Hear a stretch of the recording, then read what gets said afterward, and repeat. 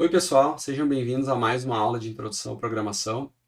Nessa aula a gente vai começar a falar sobre um novo paradigma de programação, que é a programação orientada a objetos. Então essa é a primeira parte aí de uma aula em duas partes, onde a gente vai ver alguns conceitos básicos para depois a gente aprofundar um pouquinho mais nesse tópico.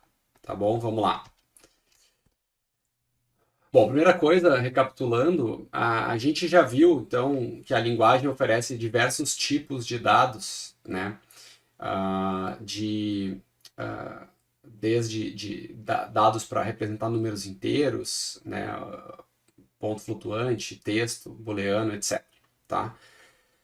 Se vocês definem, por exemplo, né, uma variável do tipo inteiro, né, que nem aqui, por exemplo, então defino uma variável que eu chamo de i, que ela tem um valor 10, isso aqui na prática é uma variável do tipo inteiro. Se a gente usar o comando type, por exemplo, para ver de que tipo é essa variável i, vocês vão ver que a resposta do comando é assim, né? Isso aqui é uma classe int, né? Então, ou seja, esse objeto aqui, né, inteiro, ele é da classe int. Todos os objetos, todos os tipos de dados em Python são definidos através de classes, tá? Tanto os tipos de dados estruturados quanto os não estruturados. Então, por exemplo, uma lista vale a mesma coisa. Se eu defino uma lista lá com 2, 3 elementos, vocês vão ver que o tipo de dado associado à lista é uma classe list, né? Vocês já devem ter ouvido falar também que em Python tudo são objetos. Então a gente define que todos os tipos de dados, ou seja estruturados ou não estruturados, e outras construções da linguagem, né, elas são definidas como objetos. Até agora isso não fazia muito sentido, eu espero que a partir dessa aula isso comece a fazer, tá? Então vamos para o conteúdo, assim, o que são classes e o que são objetos, para a gente começar a falar, entender melhor conceitualmente o que são o que representa cada um desses conceitos aí. Então, classes são uma forma de se agrupar dados e funcionalidade numa mesma entidade, digamos assim, tá? Então, cada objeto ou cada instância de uma classe vai ter um conjunto de atributos que representam, então, esses dados, e esses atributos servem para manter o estado interno desse objeto, e um conjunto de métodos que servem para definir a funcionalidade daquele objeto e, portanto, modificar o seu estado interno ou modificar os valores dos atributos. Tá? Para a coisa não ficar muito abstrata, assim, conceitual, imaginem lá, por exemplo, tá, o tipo lista. Tá? Então, a gente já usou e já manipulou, né, estruturas do tipo lista. Uma lista, tá, é uma classe, certo? E ela tem certos atributos e certos métodos. Tá? Por exemplo, tá? Quando uma lista em particular, se eu criar uma lista lá com 4 elementos, ou com 5 elementos, ou com 10 elementos, vai ter um atributo interno lá, algum dado dessa lista, que é, por exemplo, o comprimento da lista. Então, eu diferencio duas listas porque elas têm, por exemplo, comprimentos diferentes. Tá? Então, elas têm atributos diferentes que diferenciam cada um desses objetos. Os métodos da lista, a gente também já, para manipulação de listas, a gente também já usou. Então, por exemplo, quando eu vou lá e adiciono um elemento numa lista com o método append, por exemplo, o que a lista faz internamente, claro, ela adiciona o elemento, ela coloca lá o elemento na lista, mas ela também atualiza o estado interno da lista, ou seja, a lista que tinha 4 elementos passa a ter 5. Né? E isso não sou eu que controlo, quem controla é a própria lista, a implementação da lista controla isso. Então, mais ou menos, a ideia de atributos e métodos é essa, né? Os atributos, eles representam, então, esse conteúdo, essas variáveis lá internas da lista, que representam aquele estado da lista num determinado instante da execução do programa de vocês, e os métodos são o que definem o comportamento, assim, eles dizem como que eu faço para, por exemplo, adicionar um elemento numa lista, tá? Então, por exemplo, tá, eu posso definir duas listas diferentes, L1 e L2. Né? A lista L1 tem aqui os elementos 1, 2, 3, e a lista L2 tem os elementos 4, 5, 6. L1 e L2 são instâncias diferentes, ou são objetos diferentes da mesma classe. Tá? Então, são ambas instâncias da classe list. L1 e L2 vão conter os mesmos métodos. Então, eu tenho count tanto para o L1 quanto para o L2. Eu tenho append tanto para o L1 quanto para o L2. Tenho sort tanto para o L1 quanto para o L2. Todos os dois atributos têm exatamente os mesmos métodos. Desculpa, os dois objetos têm exatamente os mesmos métodos para manipular seus estados internos. Mas o estado interno de cada um deles é diferente. Então, por exemplo, eu posso contar aqui quantos uns tem na lista 1, e ele vai retornar o valor 1, porque tem exatamente um valor, aqui um número 1, dentro dessa lista. Se eu adicionar mais outro 1, o que vai acontecer é que o count 1 agora vai passar a retornar 2. Então, o estado interno da lista mudou, e os métodos refletem, então, esse estado interno. Eles permitem que eu interaja com a lista ali para recuperar ou entender como é que o estado da lista está num determinado momento do tempo. Por exemplo, então, a L2, aqui eu poderia chegar e dizer assim, eu quero ordenar essa L2 e inverter ela, Reverse true faz com que a lista seja invertida. Então, se eu imprimir o conteúdo de L2 agora, o novo estado interno da lista L2 passou a ser essa ordem aqui, 6, 5, 4. Ele trocou a ordem dos elementos da lista.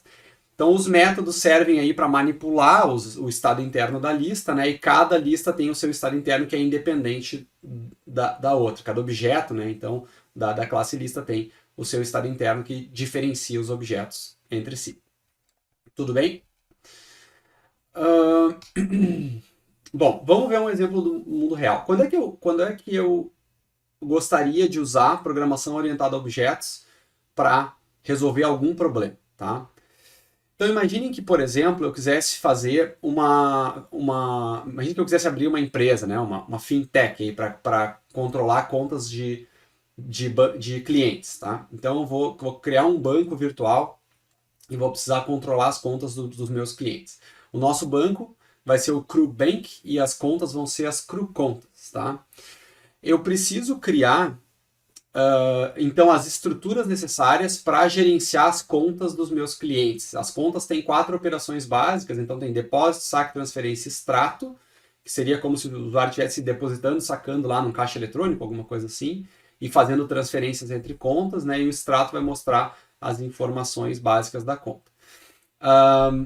Quando o usuário abre a conta, então eu tenho que fazer um depósito inicial e o saldo da conta nunca pode ser negativo. Basicamente são essas as restrições aí do banco, não tem cheque especial por enquanto, o usuário tem que estar sempre positivo no saldo.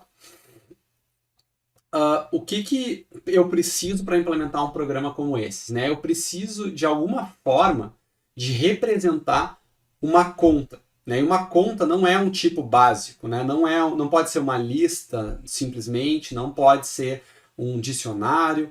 Eu preciso representar todas essas operações e representar um estado interno que aqui é principalmente representado pelo saldo da conta. Então eu tenho que dar um jeito de representar isso de alguma forma no meu programa.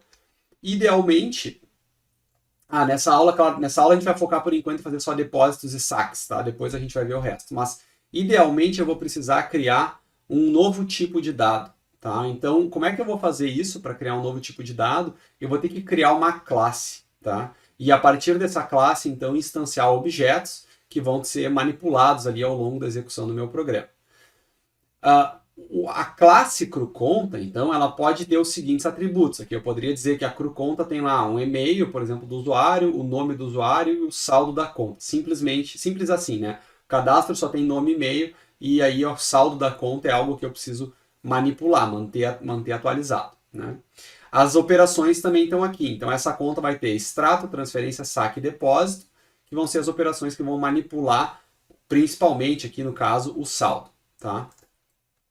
Como é que eu defino uma classe? Então a definição da classe é uma coisa super simples. Eu preciso usar essa palavra reservada class. Tá? Então eu uso lá a primitiva class da linguagem.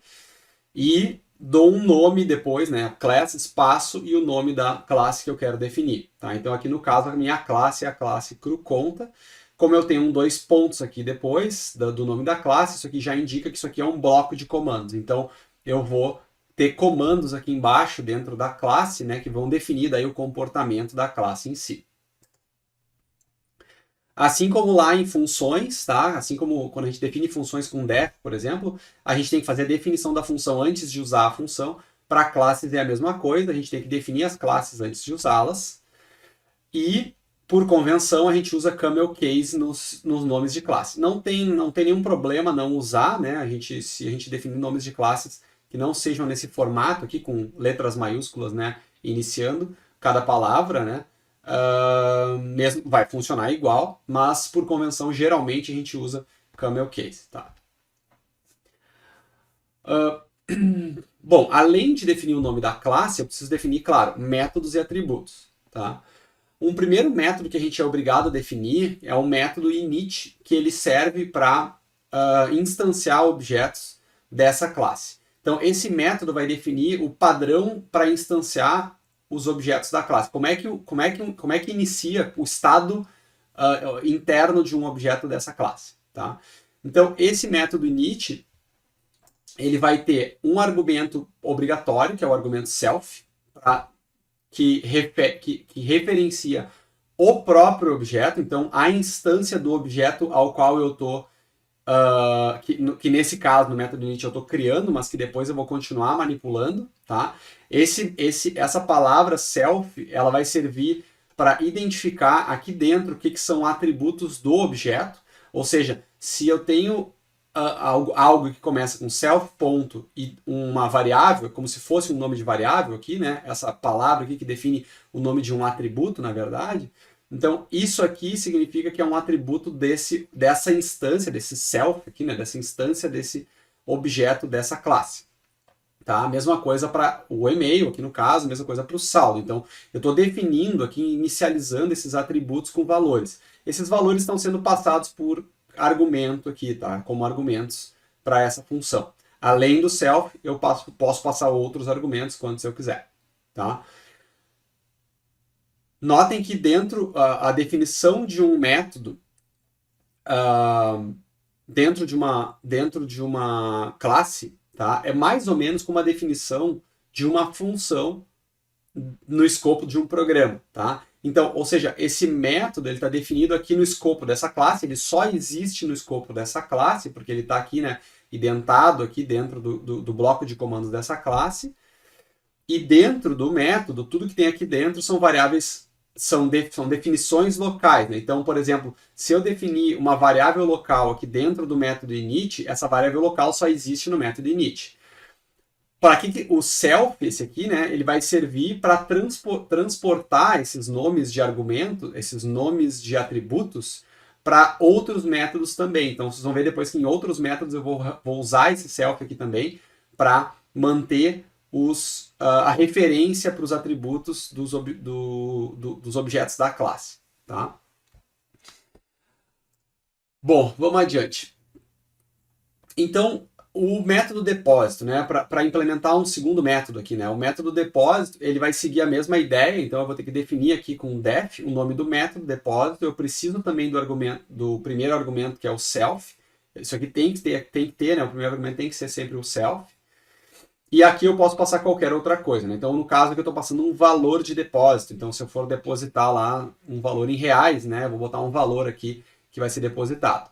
O que essa classe esse método que está fazendo basicamente ele está incrementando o self saldo, que é o atributo saldo da instância do objeto que eu estou manipulando. Cada conta vai ter o seu saldo, né? Sempre que eu criar novos atributos, novos objetos da classe conta, eu vou ter para cada objeto eu vou ter o saldo, e esse self que referencia o saldo da conta a qual eu estou fazendo o depósito, tá? Então, depois a gente vai ver como é que usa isso aqui, mas basicamente a ideia é essa. O self-saldo aqui ele vai ser compartilhado aqui por todos os métodos. É como se fosse uma variável lá que existe em todos os métodos dessa classe.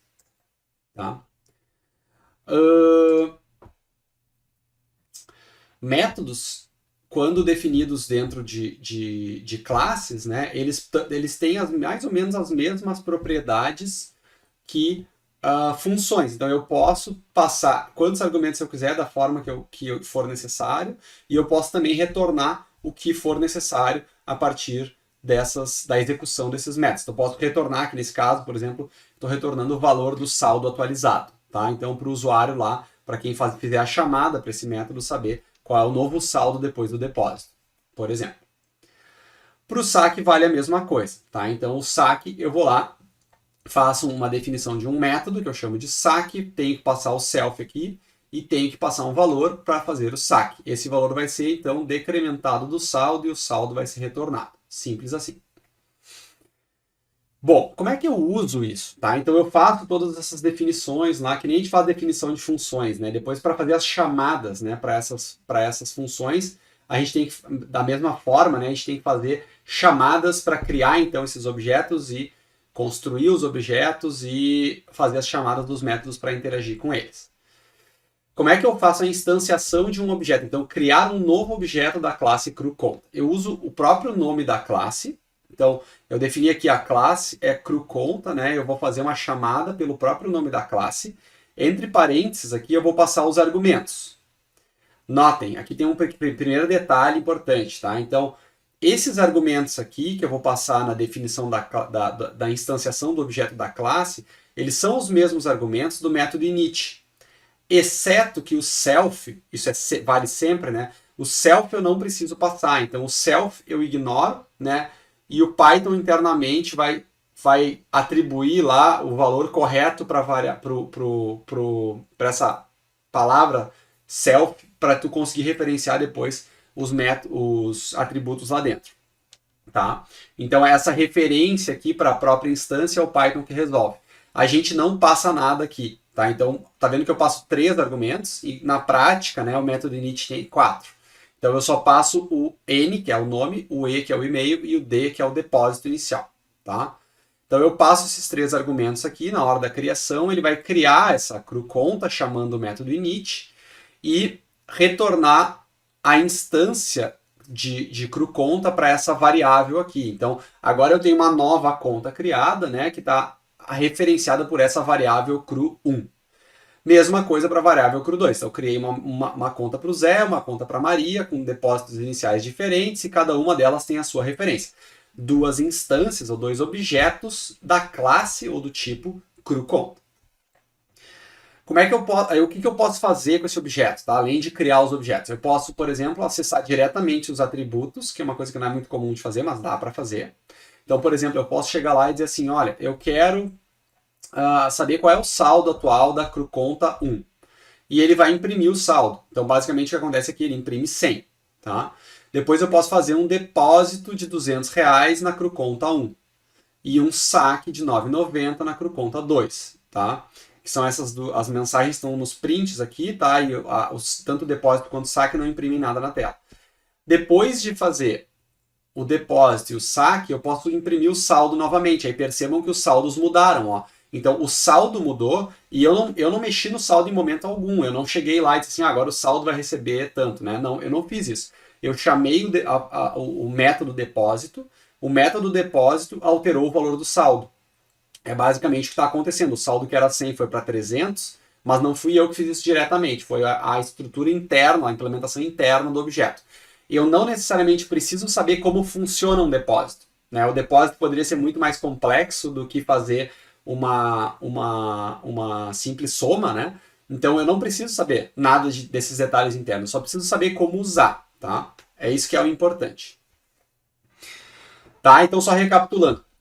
Eu preciso instanciar a classe CruConta antes de usar, eu preciso definir a classe CruConta, melhor dizendo, antes de instanciar os objetos, tá?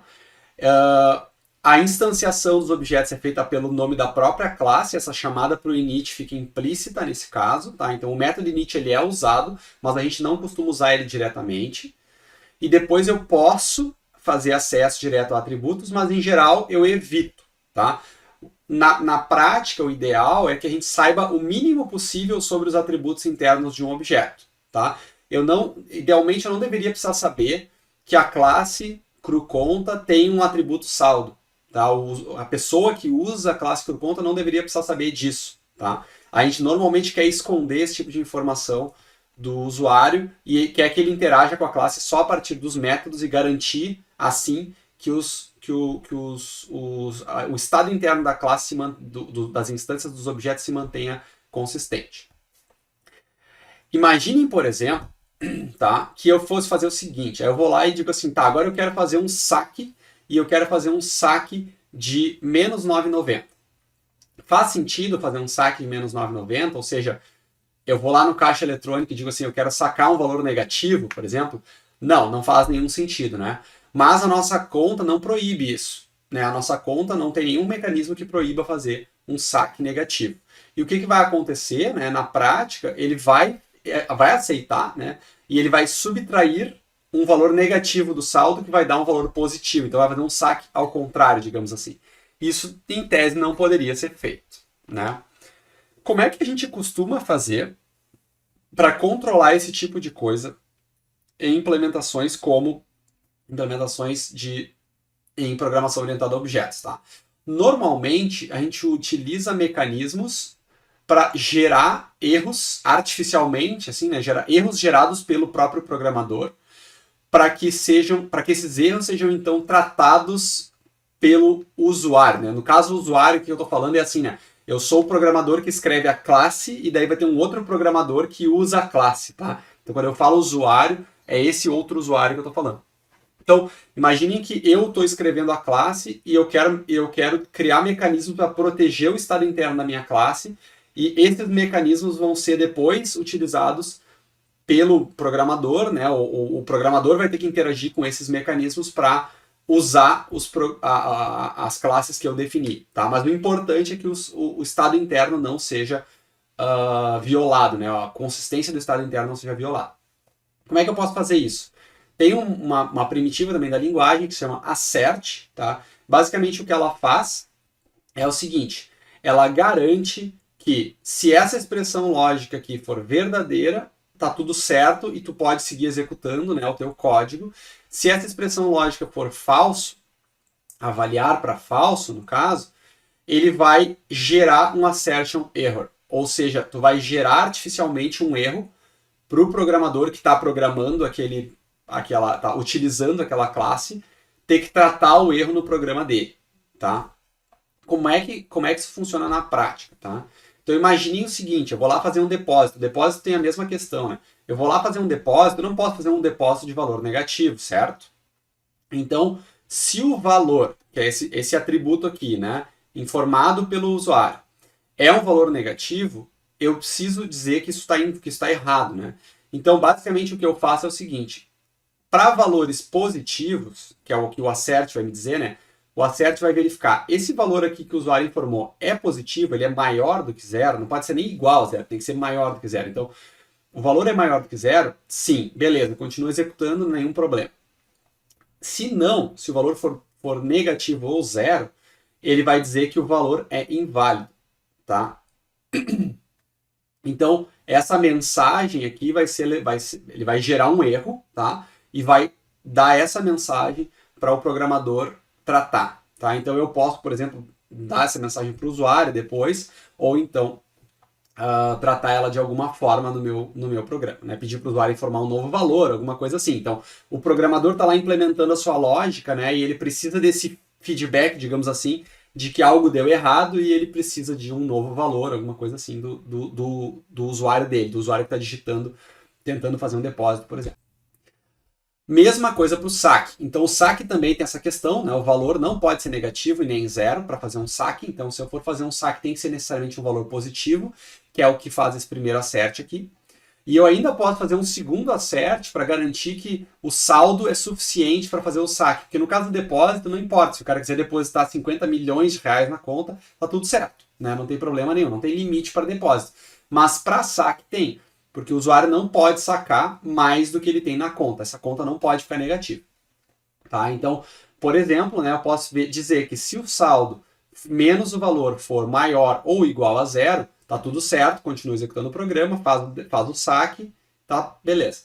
Se o saldo menos o valor não for maior ou igual a zero, ou seja, se o saldo final da conta do cliente vai ficar negativa, faço a mesma coisa, gero um assert, um erro e digo que o saldo é insuficiente. Então eu posso customizar, inclusive, as mensagens que vão ser geradas para o meu usuário, para o programador que está usando a minha classe. Tá? Outro detalhe, né, é que o método init também não pode, como o método init manipula o saldo, né, no nosso caso, porque tem esse D aqui do depósito inicial, eu também teria esse problema no método init. Mas aí uma forma mais elegante, assim, digamos, de resolver é o seguinte, ao invés de manipular diretamente o saldo, eu inicializo ali o saldo com 0 e faço esse depósito, certo? Então eu pego e digo assim, olha, agora tu pega e faz um self.depósito, que vai chamar o método depósito desse próprio objeto, isso também é uma coisa que é possível, né? Um método pode chamar outro método, tá? Não tem problema nenhum. Então eu vou lá e digo assim, olha, nesse próprio objeto que tu está criando, faz um depósito de valor D.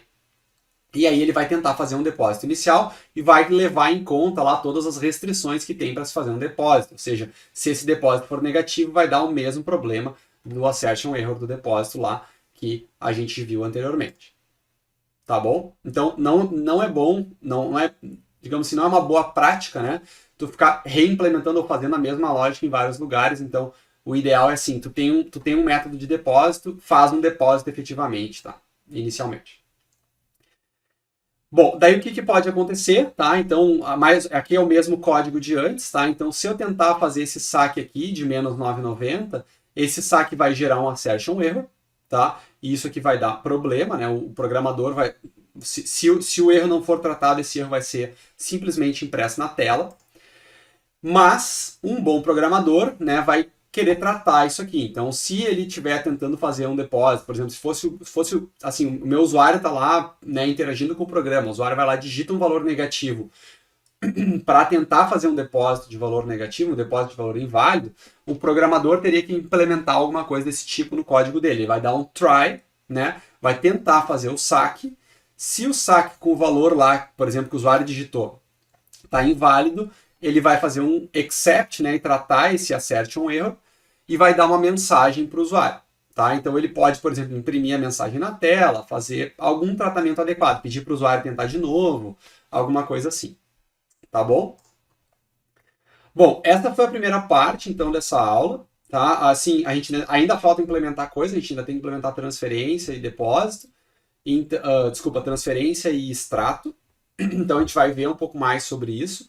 E aí, só ficando assim como um gancho para a próxima aula, né, como é que a gente pode, se vocês quiserem ir pensando sobre isso, né, como é que a gente pode fazer para que dois objetos se comuniquem, por exemplo, né? Então, só para dar um exemplo, né, para fazer, por exemplo, uma transferência, eu preciso fazer um depósito e um saque simultâneo, né, de um objeto para outro, né, passando o saldo de um objeto para outro, né? Como é que será que se faz isso?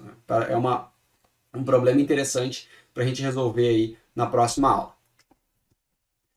Certo? Bom, por hoje era só, então ficamos para a próxima aula de orientação a objetos com essa questão e nos vemos em breve. Até mais!